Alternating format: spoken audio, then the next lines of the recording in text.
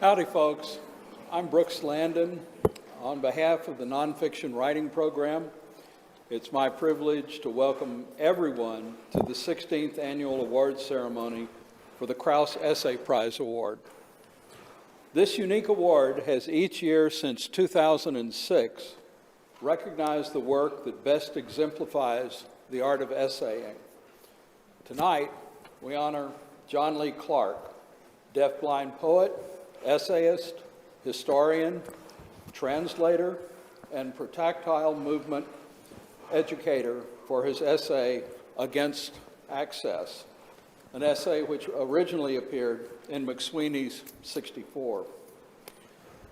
John is the winner of the Frederick Bach Prize from Poetry Magazine.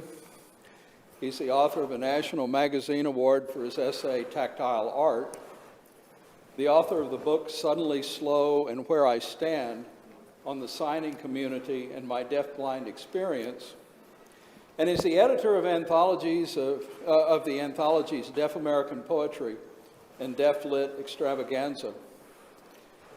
Speaking for myself, I need to learn a lot more about the Protactile movement, and I trust we're all going to learn a lot more tonight. John's talk will cover his essay Against Access and its relation to his writing, with John having prepared remarks especially for this evening's ceremony. John will be doing this in collaboration with two Protactile interpreters that he will introduce more formally. Much more about John in just a moment, when he will be introduced by Nonfiction Writing Program student Aaron Pang, himself a skilled essayist and veteran storyteller. Aaron was a member of Melissa Phoebos' class that selected John for this year's Krause Prize. But first, a word about this award and its prominent place among the goals, activities, and partnerships supported by the Iowa Nonfiction Writing Program. Just a few of those outreach, community-oriented activities and awards include the offering to the public of nonfiction masterclasses offered by NWP students, the Buckley Fellowships for Los Angeles high school students, and the Englert Nonfiction Fellowship. The Krause Essay Prize, a $10,000 annual award made possible thanks to a generous gift from the Kyle J. and Sharon Krause Family Foundation, seeks to honor work that emphasizes the activity of a text rather than that text's status as a dispensary of information. Open to projects in any genre, medium, or form, be it text, film, radio, performance, or other, the Krause Essay Prize intentionally stretches the definition of essaying in order to celebrate work that is defined by what it does, the activity that it engages in, rather than what it is. Projects that are nominated for the prize become primary texts in a semester-long graduate writing seminar taught each spring at the University of Iowa's Nonfiction Writing Program. After a series of papers, presentations, and discussions about the essays, the graduate students in the seminar choose the winner of the prize. This award, like so many of the distinguishing features of the Nonfiction Writing Program, owes its existence to the genius and hard work of John DeGatta, who started in 2006 and taught for many years the class that selects the winning essay. When I ask about the history of the prize and one of its unique features, a handcrafted wooden letterbox, John explained, "Every year we ask 12 to 15 writers, editors, and publishers around the U.S. to nominate their favorite essays from the previous year. Those then become the primary texts we read and discuss in the class, at the end of which the students vote for a winner. Before there was money," this is still John telling me this, "before there was money attached to the prize, I initiated the box. It was inspired by a really beautiful 19th century walnut letterbox that Guy Davenport gave me before he died. He and I never met, but we exchanged letters almost weekly for years while I was a grad student, up to a month or two before his death. His last letter was accompanied by the letterbox and instructions to pass it on to another writer when I'm ready. When I was developing the prize and bemoaning the fact that we didn't have any money to give the winner, David Foster Wallace recommended giving a letterbox. We continue that tradition with a box that is now being made for John, tonight's winner, by an artisan in Kelowna. And although it's not quite yet ready, we hope once it is in his hands later in this spring, it will always be a reminder of the impact his work has had on the evolution of the essay. We do, however, have John's check, and we'll give that to him here. Just 3 quick announcements before we get to tonight's presentation. John's book of poetry is for sale at a table hosted by Prairie Lights Bookstore, and we hope you'll buy copies tonight. Secondly, there is an interactive exhibit of tactile rugs curated by John from his own collection and the collections of friends, and the audience is invited to engage with this collection. This display is downstairs on the first floor in the old Supreme Court chambers, just off the main entrance near the Prairie Lights book table.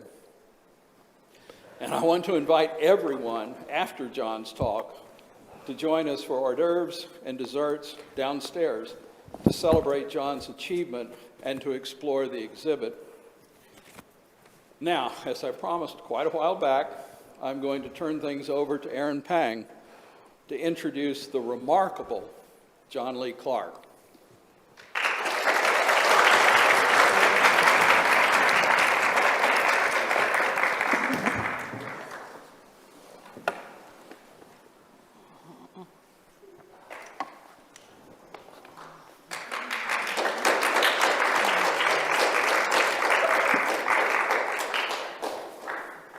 I'm so thrilled that you're here, Aaron. It's so great. It's going to be great to be with you tonight. Thank you for the introduction.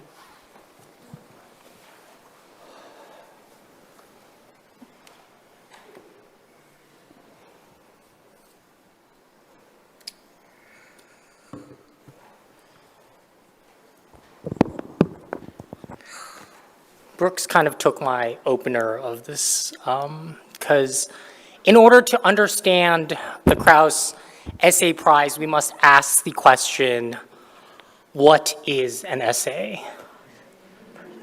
Is it that 5 paragraphs that we are first taught to write in our first English class? You know, the older sibling of the book report? Is it an argument or a confession? Or is it just an examination of a subject, or maybe the examination of the self? What are the genre limits of essay? Can you show me the line between lyrical prose and poetry, of when nonfiction turns into fiction? Is the essay bound to the page, or can a 45-minute YouTube video analyzing the symbols of power in Iron Man qualify as essay? And if it is not bound to the page, can an essay be an embodied experience? Could it be a really good shower or a very tasty meal? Are those essays? These questions are the questions that haunt the students of the nonfiction writing program here at the University of Iowa. The very students who sat in class 2 semesters ago and picked this year's winner for the Krause Essay Prize.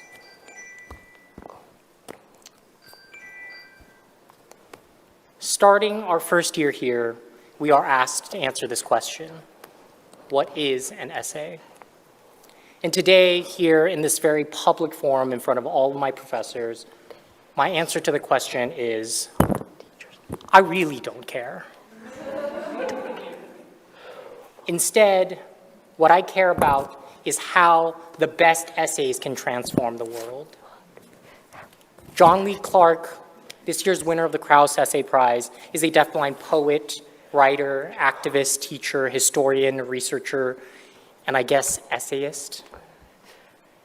One of the leaders in the creation and proliferation of Protactile, a language based on touch, John is helping to create a new world for the deafblind. In his essay Against Access, he asks the reader to imagine a complete shift in how we communicate. He asks that we close the distance between us, to change the medium of communication, to touch each other through Protactile. In words much more eloquent than mine, John shows us through poetry, memoir, rhetoric, and research the possibilities of this language. He explains the reciprocity of hands linked in conversation, the pull and push of motion, the simultaneity of hands tapping in affirmation, rubbing in negation, and clawing in laughter. John's words argue for the centering of the deafblind experience, that with touch as the primary sensation, one must use to take in the world, all of it. He argues to reframe what touching means and what it can be. And we should reframe our ableist assumptions about the world. That art need not be visual, that the incorporation of touch can unlock new wonders, that disabilities are not weaknesses in need of help or admiration or a round of applause, that there are ways we can change the world to buck that assumption, that when a man with a cane falls, it need not be awkward and you need not feel pity, that your urge to want to help is an assumption, that the able body is required and necessary for him to stand. Maybe he can stand by himself, or he can stand with the help of a new friend, a deafblind man. John's words challenge the assumption that is this world. There is power in his words, but they are not everything. They motivate us to want to do things differently, and the doing is also deeply important. Let us not forget that as we engage with the tactile rugs and the experiential art available here today. But the Krause Essay Prize is a prize for words. His words have brought us together today. They can be read, they can be heard, and now they can be felt. So it is my honor to introduce the winner of this year's Krause Essay Prize, John Lee Clark.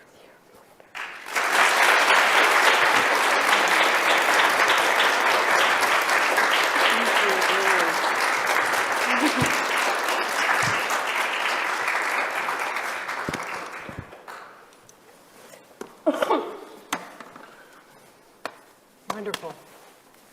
Aaron. Tremendous. Tremendous. With a deep sigh, it is my honor to be here this evening with everyone. I'm seated on one side by an interpreter, Haleen or Hal, and on the other by an interpreter, Aiko. But in the center of this cluster are some folks that we're in community with. Jennifer, a local deafblind leader who I'm engaged with directly here this evening and delivering my talk to in Protactile language. And other students, Connie and Aaron. Really, the first test of this evening is whether or not we are comfortable in this formation. Not only this formation in this cluster that we've established, but this larger cluster here. So when we applaud or we want to share our applause and enthusiasm, we stomp, as opposed to that's our applause, essentially. And so if you all feel so inclined, you could go ahead and do that this evening instead of clapping, because clapping with your hands is not as resonant. And clapping visually, like in ASL by waving your hands, is not as resonant, but stomping carries much greater resonance.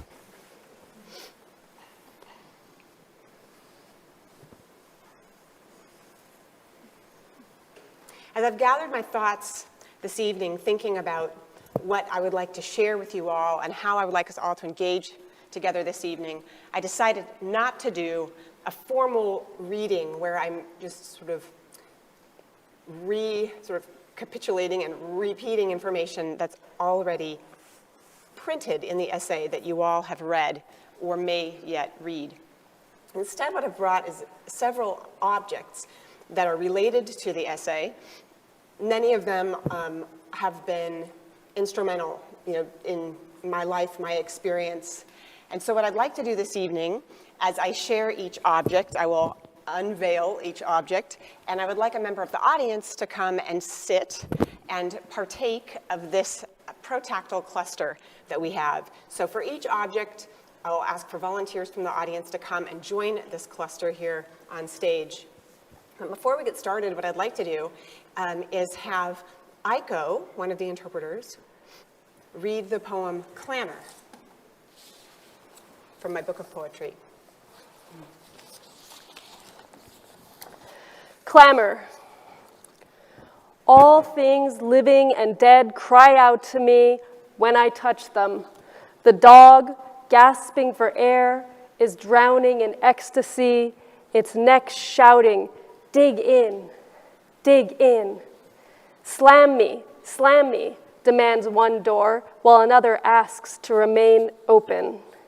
My wife, again, asks me, how did I know just where and how to caress her? I can be too eager to listen. The scar here on my thumb is a gift from a cracked bowl that begged to be broken.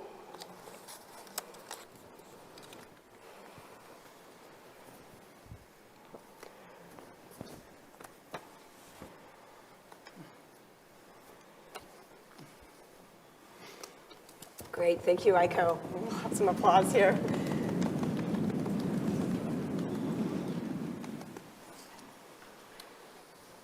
Now for the bag.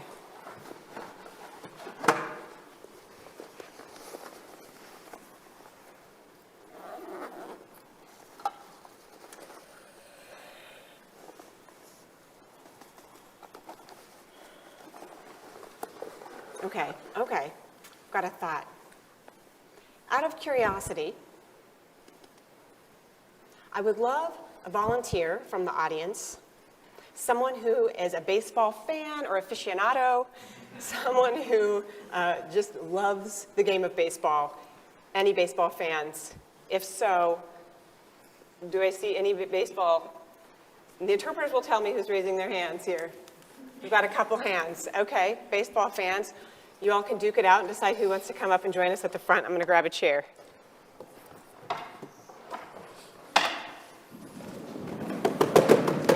Come on, it's all warm for you here.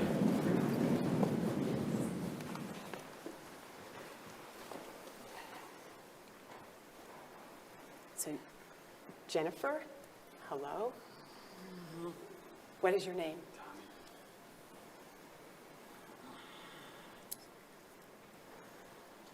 Tommy, wonderful. Welcome, Tommy. Glad you're joining us here. So what we're going to do, Aiko is going to read the first paragraph from Against Access, okay? And while Aiko is doing that,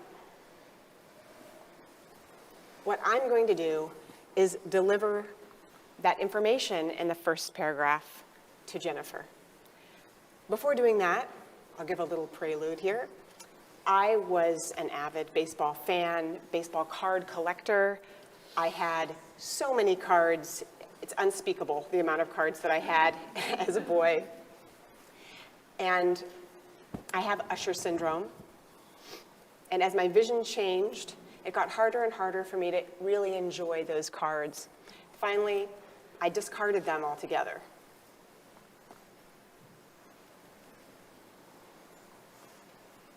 So I have no more baseball cards.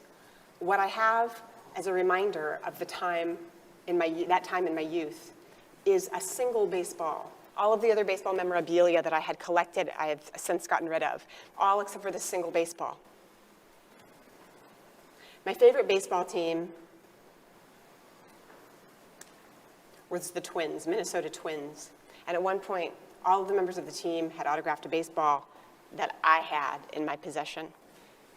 And that was just such a treasured and cherished collectible and so meaningful to me that I have hung on to it. And I still have that, even though all the signatures are lost on me now. Honestly, I was confronted with the decision of weighing out to keep or to get rid of. As we move through life, right, we move things to the wayside to invite room for other things to come in. And this is one thing that I have held on to. Let me get it. So this baseball that you're feeling right here, Jen, and let me make sure Connie gets a feel of the baseball. And Aaron. And Tommy. So several players have autographed this ball. You can see the signatures there. I don't know if you can read what that says. But there are many signatures. And it was actually the game ball that I was able to get some signatures on. Mm-hmm. And you can imagine a young boy with a game ball. I mean, it doesn't get much better than that.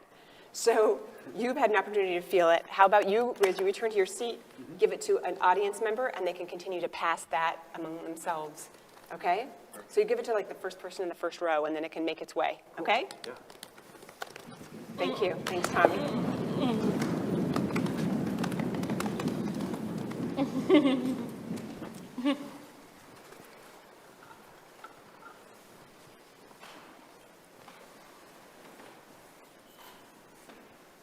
Now I am going to ask the audience who likes history, particularly Iowa history, or deaf history, or disability history.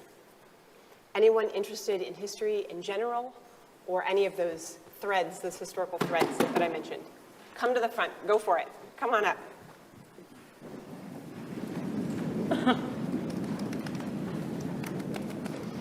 Hello. Hello. And what is your name? Nathaniel.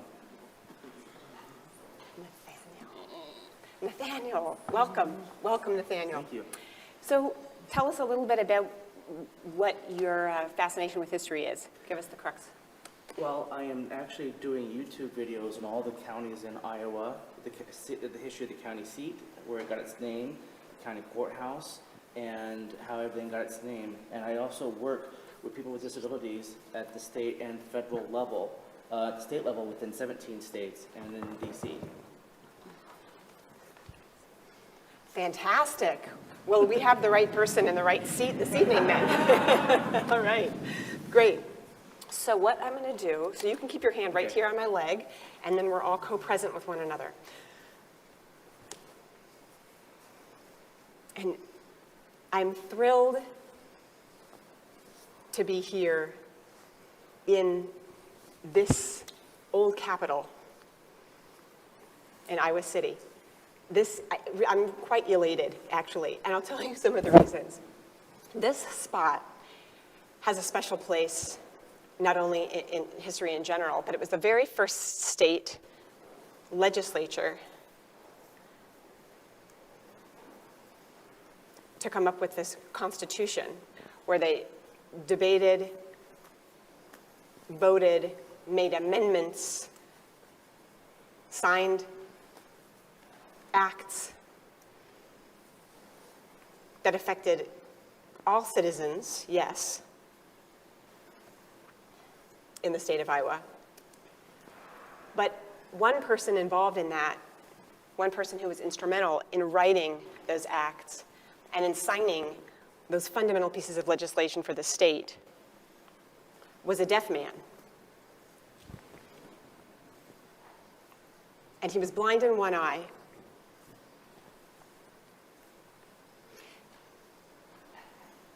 His name was Edmund Booth. He was actually born in 1810, not in Iowa. He went to a school for the deaf called the American School for the Deaf, which was the first school for the deaf in the country. He graduated, married his sweetheart, and then they made their way out here to Iowa Territory.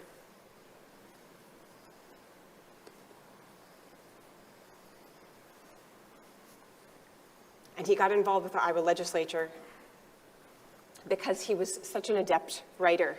He was honestly, many hearing folks didn't have the writing skills that he did, despite being deaf. So although they could potentially have greater access to what was going on at the time by hearing and speaking, he made his way through his writing, which he wrote about all kinds of things, philosophy, politics, et cetera. And he was here for quite some time, and then he decided to head off for the gold rush when a lot of folks were clamoring and to go out west. And he did some gold panning for about 4 years. And he wasn't expecting to hit it rich. He didn't have any visions of grandeur. What he just really wanted to do was to work hard and just kind of see what he could find. And sure enough, he over the course of those 4 years, he was able to collect enough gold to invest wisely. And of course, again, he didn't get filthy rich or anything, but he was able to just kind of live his dream, what it meant to him to venture out, And he was able to build a nice sort of little nest egg for his family. And in 1880,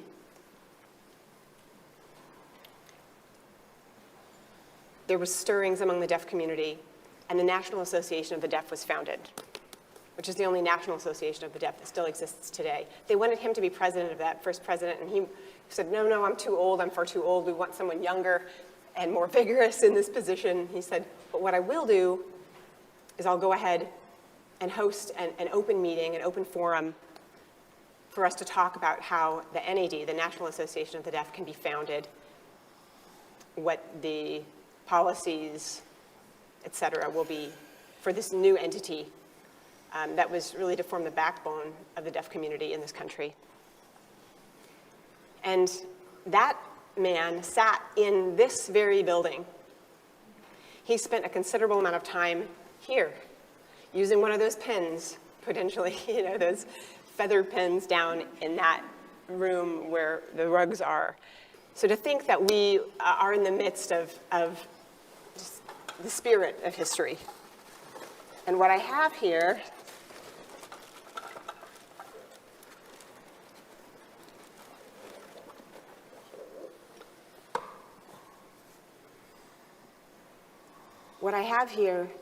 is the very first key that still to this day unlocks the front door of this old Capitol building. It's the original key. Where? Connie, feel that? Feel this old key.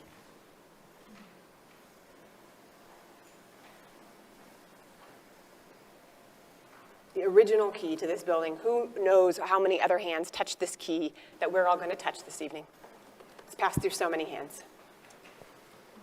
So thank you for being brave enough to come and join us in this cluster at the front this evening. And you can go ahead and return to your seat and pass that along, and we'll get it circulating through the room.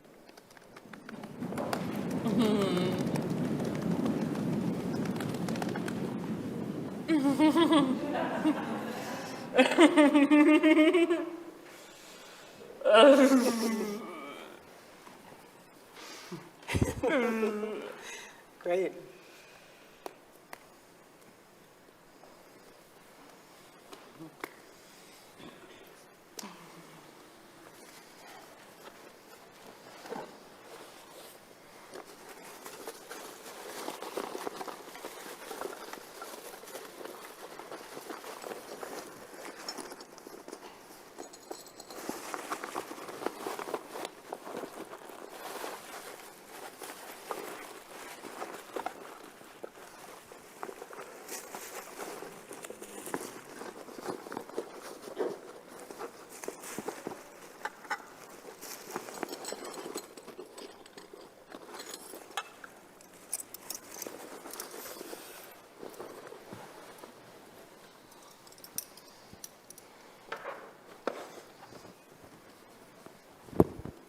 So now I'd like to call from the audience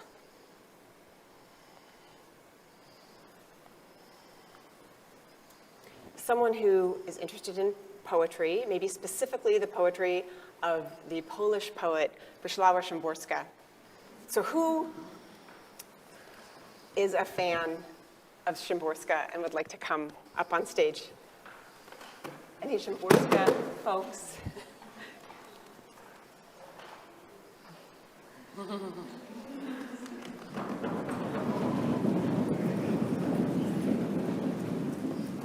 Welcome, welcome, welcome. And what's your name? Hannah. With an H? Hannah with an H, okay. So tell me. Yes, nice, that's Jennifer. Good for you to be in touch. Great. All right, Hannah, so you can place your hand here on my knee. So you enjoy reading Szymborska's poetry, is that right? Yes? I enjoy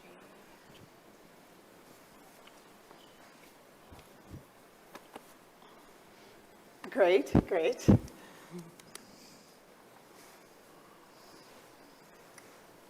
When I was a young poet,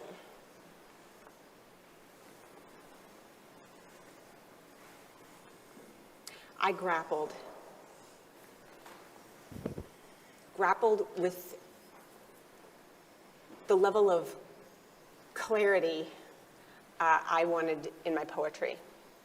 Some of my poetry was rather arcane, I would say, in the beginning. And so I thought, maybe instead of being very obscure, and cloaking so much and getting caught up in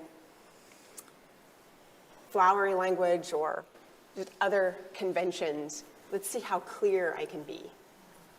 And the poetry of Szymborska specifically kind of launched me on that trajectory.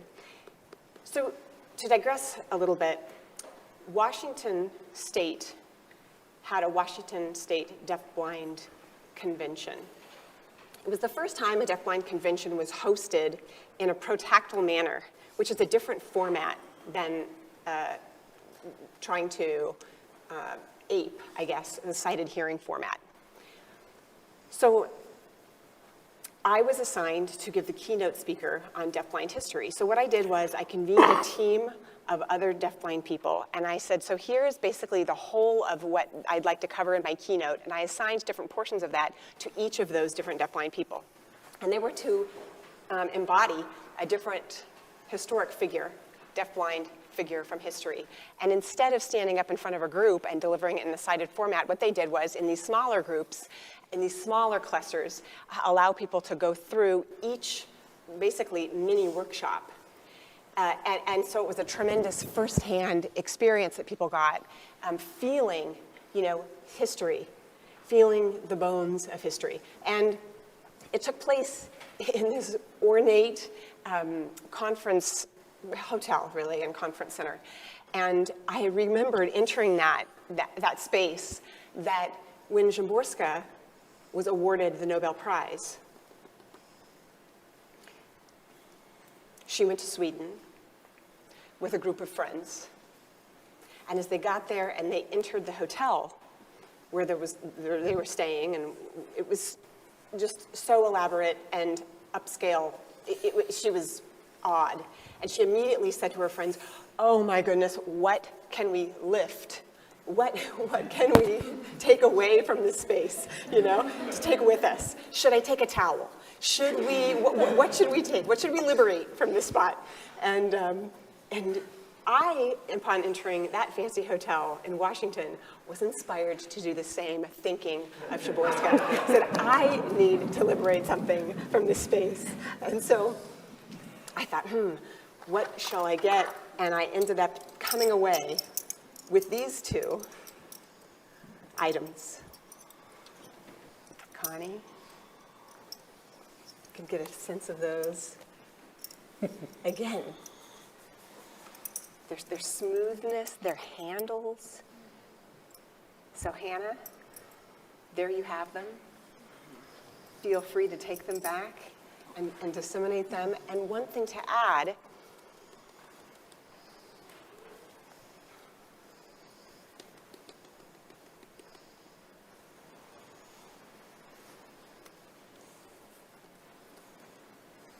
this hotel I'm staying at, the Graduate, in coming to Iowa, they had spoons also, and I thought, ooh, I could do another spoon liberation. Unfortunately, the spoons were plastic. Not what I was going for, not what I was going for. So, but maybe I'll get my hands on something, though, that I just can't put back down. We'll have to see. Thank you, Hannah.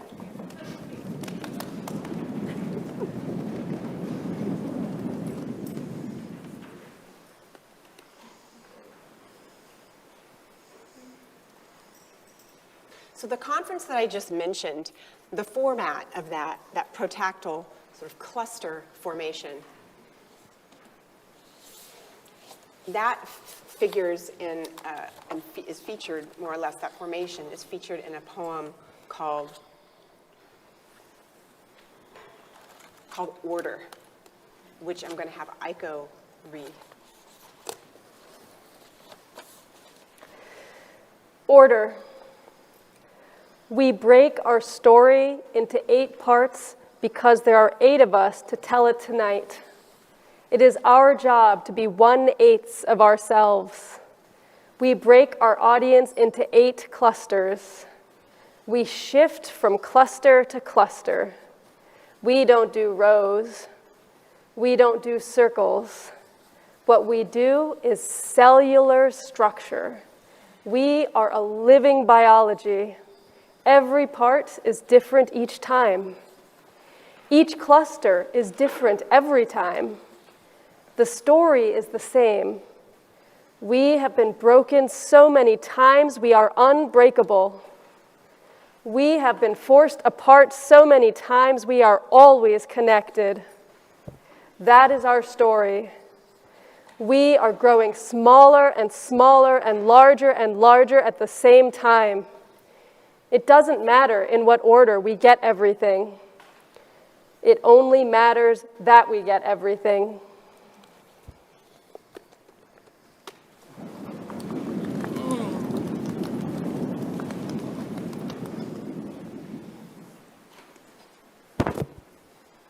Wonderful.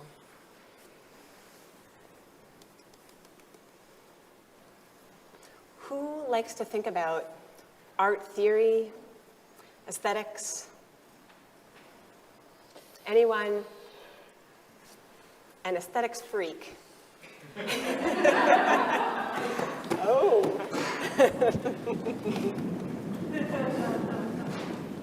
What's your name? How do you spell that? Muhua. Moha. Thank you. Wonderful to have you.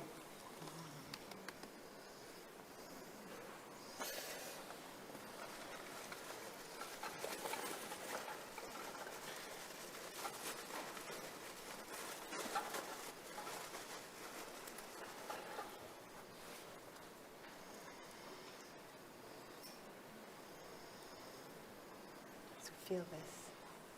Muhua, here. Feel this object. Aaron, feel this object. And the tactile aesthetics.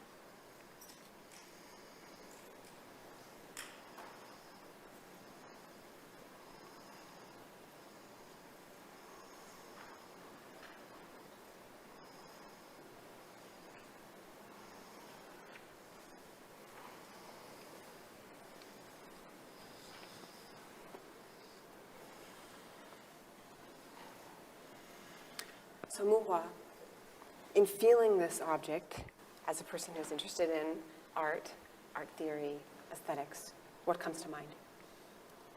It feels cold and cool. It's rigid.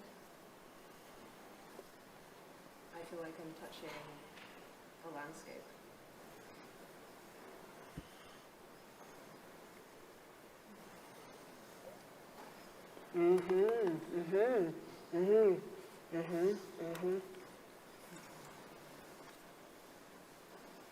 So why don't you go ahead and get this piece started?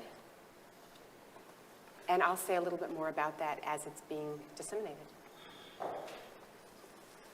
Thank you, Muhua.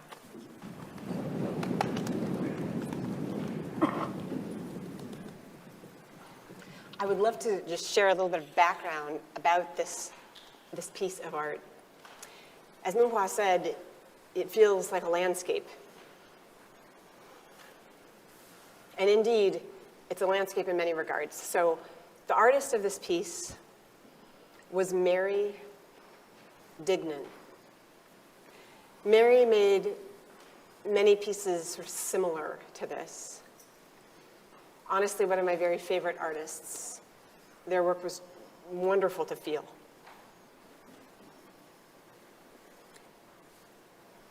So as Mary was making pieces of art, another person, Allie, who was not deafblind, but figured into the deafblind community in an interesting way. She was more or less an imposter. So she sort of kind of pretended to be a deafblind person. And she said that she was. She said she was deafblind. She professed to be deafblind, even though she wasn't, which is complicated.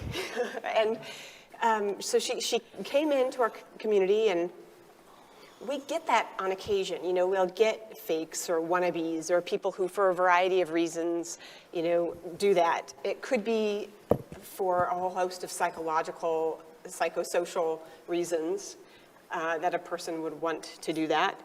But precisely because Allie did this, and other people who do this also sometimes are more aggressive in terms of their requests, you know, their quote-unquote advocacy efforts, you know. And so Allie challenged the aesthetics of Mary, a deafblind artist, challenged her to make a piece of art that deviated from a visual aesthetic, which is not easy to break away from. You know, societal expectations are that we make something that's quote unquote beautiful to the eye. And so she challenged Mary to make something that was beautiful to the touch. She said, Mary, why don't you make something even more tactile, something that's not meant to be admired visually at all, but only to be really encountered and experienced tactily. So Mary did just that. So the first, most authentic piece of tactile art we have was actually inspired by this imposter, which is fantastically, you know, it is just so complicated. What she had been doing was making things that were less multidimensional in terms of that landscape that Minhua mentioned. It was just a flat, very unidimensional object. But this is so multidimensional. And when it came to, within the Protactile communities, ties are very strong. And so Mary ended up giving that piece to Allie because she's the one, I mean, it was her own sort of impetus that you know, engendered this creation of this piece. And then Allie then passed it on to me. So it went from the hands of a deafblind artist through the hands of an imposter to me, a deafblind person. And I find that is fantastically, wow, complex and rich in so many ways. So that's the history of this piece of incredible tactile art.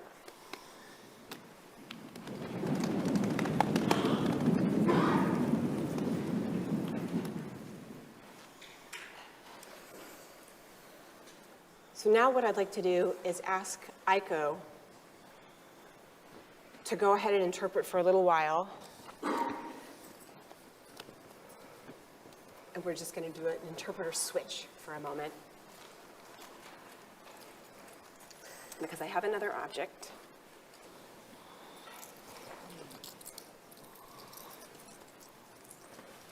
So I'm going to ask Hal if she remembers this or not. Bringing the object here for Hal to feel, and Hal is nodding her head and stomping. Yes, she remembers it. Go ahead, Connie, and feel that.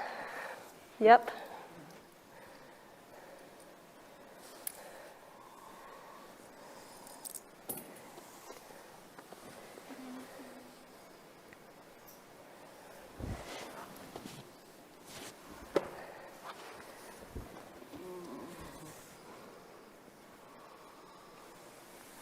And let's pass it back here so Erin can feel it too.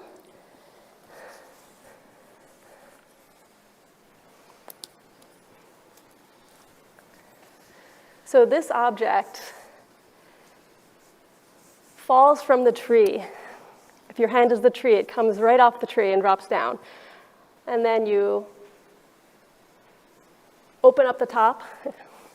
This object that falls from the tree, you can plant it. It is a seed that then grows.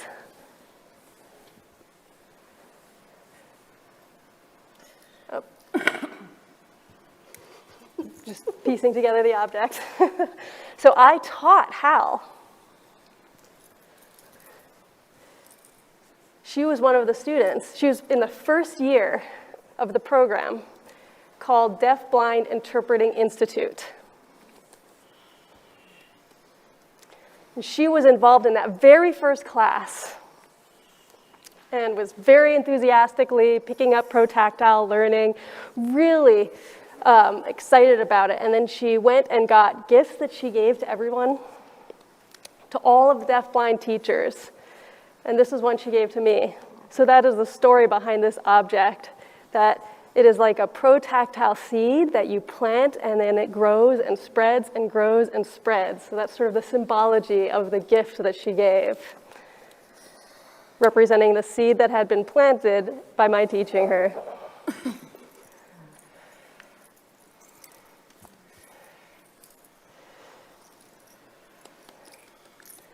And you can go ahead and let people feel the object.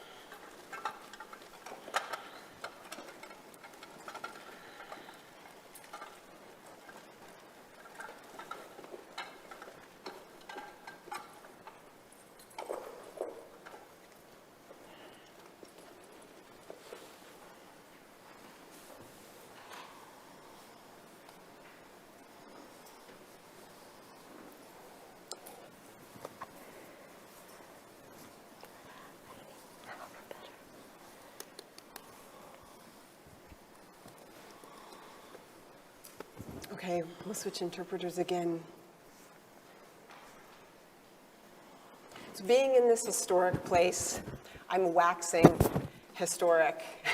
So this building, if you feel those handrails, feel the wooden, windows, the walls, the doors, it calls out to us to engage and to consider the history of Iowa. So who's specifically, not just in general, a history buff, but an Iowan history buff, like somebody who really, maybe who was born in Iowa, an Iowan, tried and true. Any Iowans come up to the front?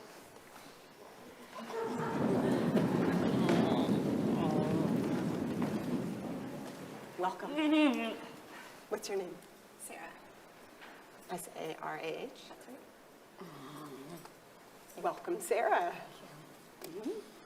And you can keep your hand on that. Yeah, and then that way we'll all be co-present. And Sarah, this brave soul who's joining us here in this cluster at the front. Thank you for coming.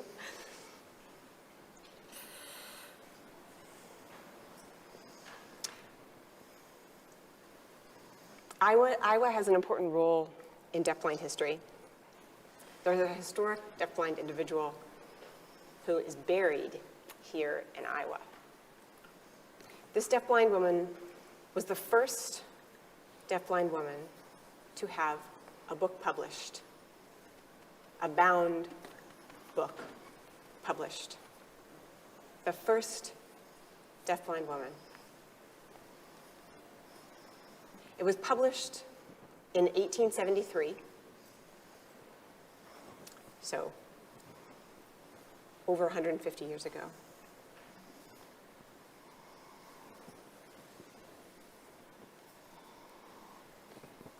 And she wasn't born in Iowa, but she is buried here. She's resting in Iowa soil.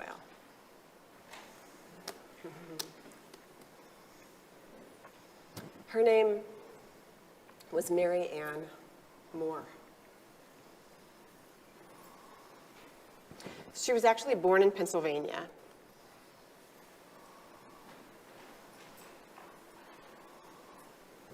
And her family was Quakers, the Society of Friends of America. And at the age of 15, she went blind and then slowly lost her hearing. She was hard of hearing for a long time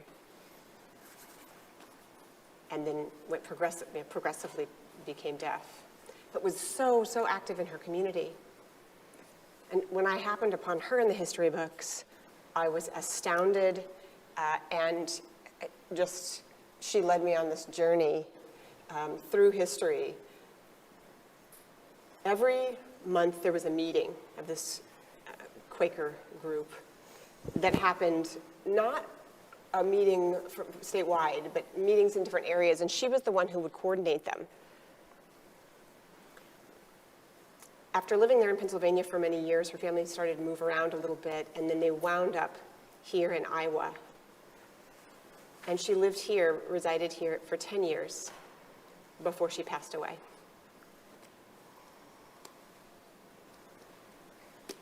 So here, the very first deafblind woman in the world to be published.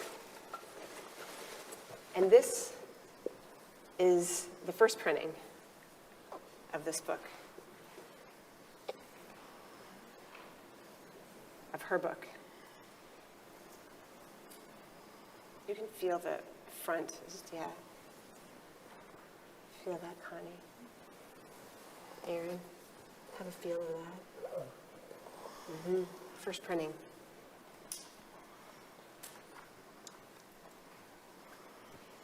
And the pages, just the smell alone is enough to take you. So go ahead and you can just read that. Thank you. Thank you.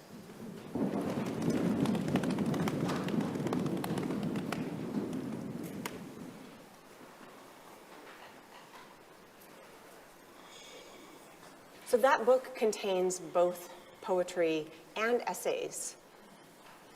So she wrote both. So I'm following in the footsteps of greatness, writing both poetry and prose myself, or essays myself. So when I read that book, I accessed it online. And the essays that Mary Ann Moore wrote were groundbreaking. I mean, she was really challenging people in her time to move beyond whatever social norms, were in place about what people with disabilities could do or couldn't do. And her standpoint was, everyone has struggles. Everyone has, something that they're going to run up against. But what we need to do, despite that, is live and live well. And so her soul, that soul of, regardless of, whatever an ailment or an affliction or however society perceives us, that we can move beyond, some of those labels, and we can live, we can live well. And some people, of course, pity people with disabilities. I'm sure she encountered that a lot in her time, and she writes about that. Poetry was more emotional. Her poetry specifically was more emotional. But her essays were a different animal. In her poetry, though, she would sometimes get sentimental about not being able to see things that she once could. With her essays, she pushed back.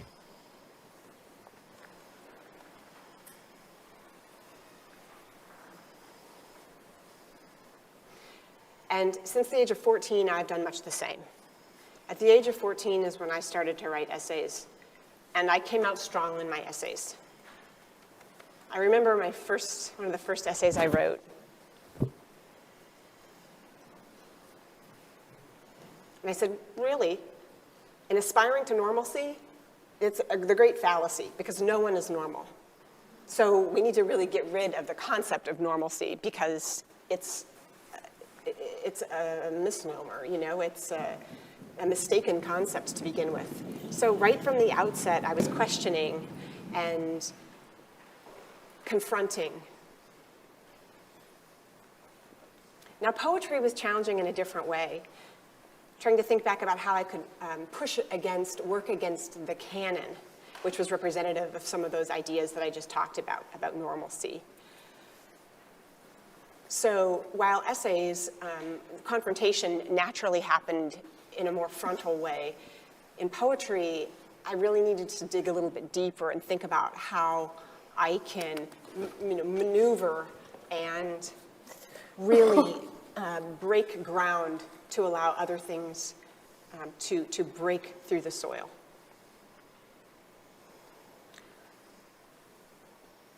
For the last item that I'd like to unveil, I would like to call up someone who was not born in the United States, someone who came to the United States later, was born elsewhere, an immigrant.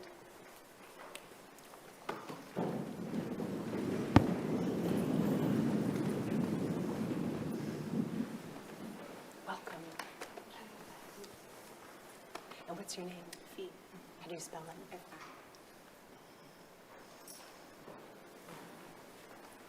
And where were you born, Fee? In Nigeria. Great, great, great. In Nigeria.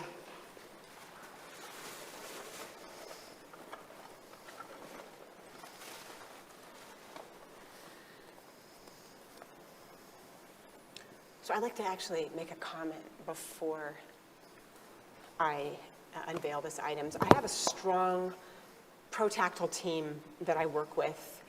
Yalitza Nuccio is prime among that team. I mean, she's instrumental in the Protactile movement and works closely alongside me.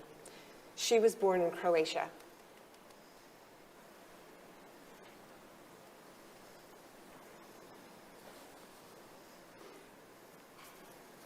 There was war. Croatia was a war-torn country. There was war that was happening there, and her family decided to move abroad and come to the United States. And it's a good thing for us that they did. Because the fight that she has inside her is unparalleled. She is one of the strongest people that I know, a real trailblazer.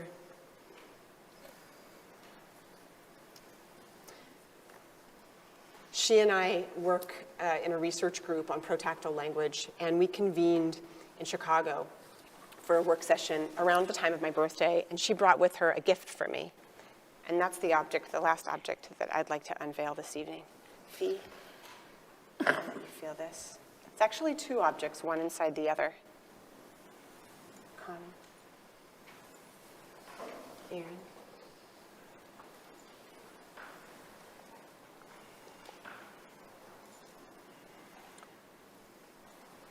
So this object on the inside.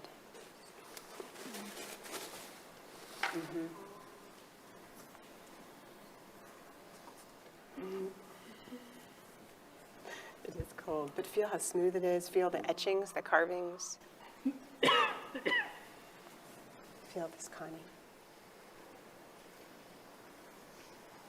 Jennifer, Aaron.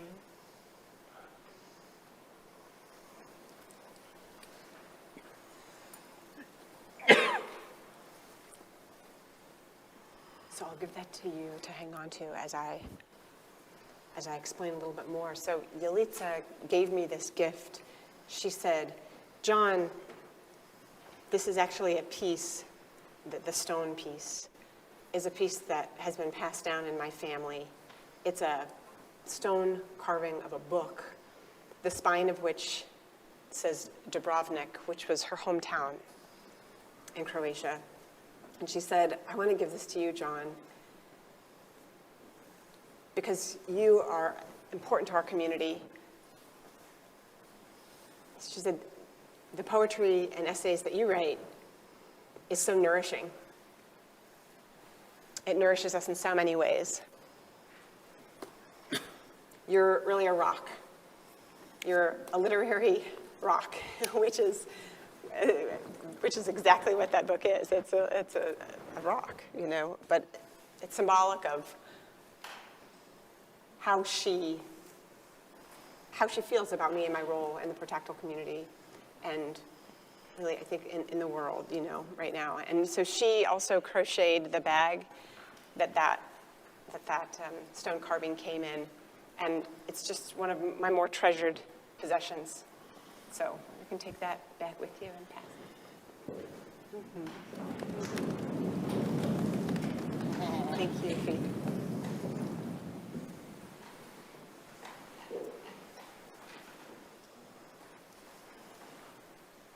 So before we close this evening, I'm going to ask Aiko to read the last poem in the book, How to Communicate, as it relates to that very last object.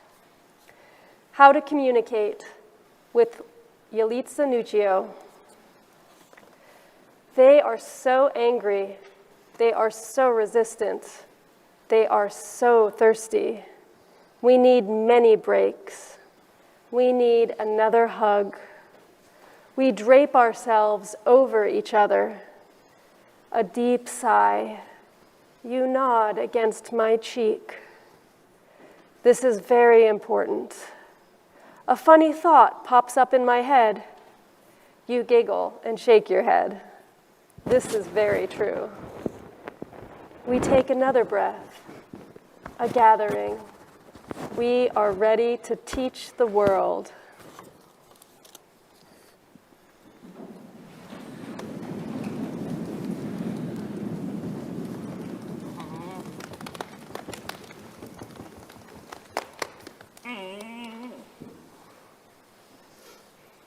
Thank you, Aiko.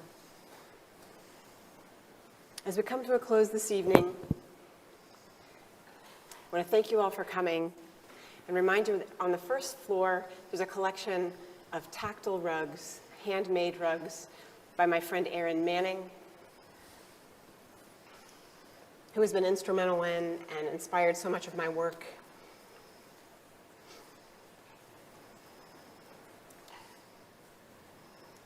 Process philosophy.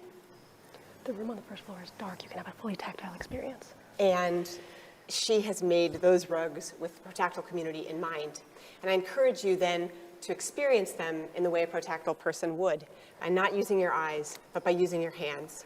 So please don blindfolds or otherwise close your eyes, experience those rugs through touch, and through touch with one another, and eat, drink, and be merry. Thank you all so much for coming.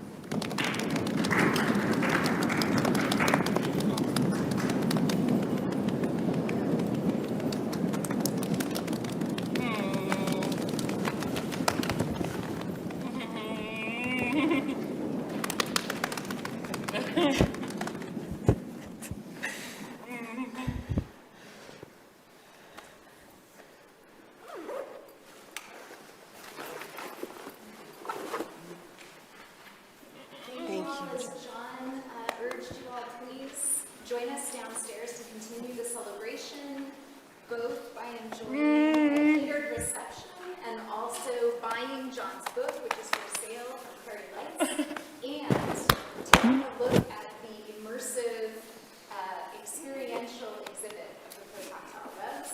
And there'll be a couple folks from the NWP who will help you be able to experience that as it is meant to be experienced. Thank you again for joining us tonight.